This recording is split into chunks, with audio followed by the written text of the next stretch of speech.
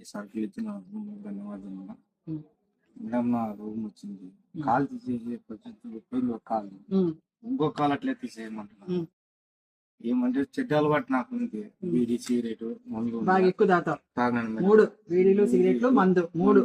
తాగను మేడం. ఉమ్, లాస్ట్ కి తాగేమా ఇడిచిపెట్టినా గానీ ఆ రూమ్ పోవడం లేదు మేడం. ఉమ్. అది కొత్తలోనే మానేసింటే బాగుంటుంది మేడం. ఏమంటే ఆ అలవాటు తప్ప ఇంకా తాగి ఒక అలవాటు, ఒక జీవితము, ఒక వ్యక్తిని, ఆ పిల్లకి తండ్రికి ఆరోగ్యం లేని తండ్రి అయిపోయాయి, ఆయనకు ఆరోగ్యం లేని భర్త అయిపోయాయి. అదే నువ్వు బాగా ఆసరాగా ఉండింటే కుటుంబానికి ఎంత అండగా దండగా ఉంటాయి. ఇప్పటి నుంచన్నా కొంచెం మానేయాల. మానేయకపోతే ఇంక జీవితం లేదు. ఈ కాలు ఇక్కడ వరకు తీసేయాలంటున్నారు, ఆల్రెడీ ఆ కాలు అక్కడ వరకు తీసేసినారు. నీ పనులు నువ్వు చేసుకుంటే కదా ఆ చిన్న పిల్లని ఆయమ్మ చూసుకునేది. నువ్వు చిన్న పిల్లలాగా ఆ పాప చిన్న పిల్లని చూసుకుంటే ఆయమ్మ వయసు 40 పైన ఉంది, ఆయనకి కష్టమే కదా చూసుకునేది. నీ మీద ఎప్పుడే గానీ చెడ్డ అలవాట్లకు పోవద్దు, భార్య మీద గానీ కోపం చేసుకునేది ఉండదు. మొన్న పాపకి ఉండిలే అంతేగాని నేను ఇంకా అట్లా కాదు, అంటే నీకేదో నొప్పి వచ్చి ఆమెను అనకూడదు.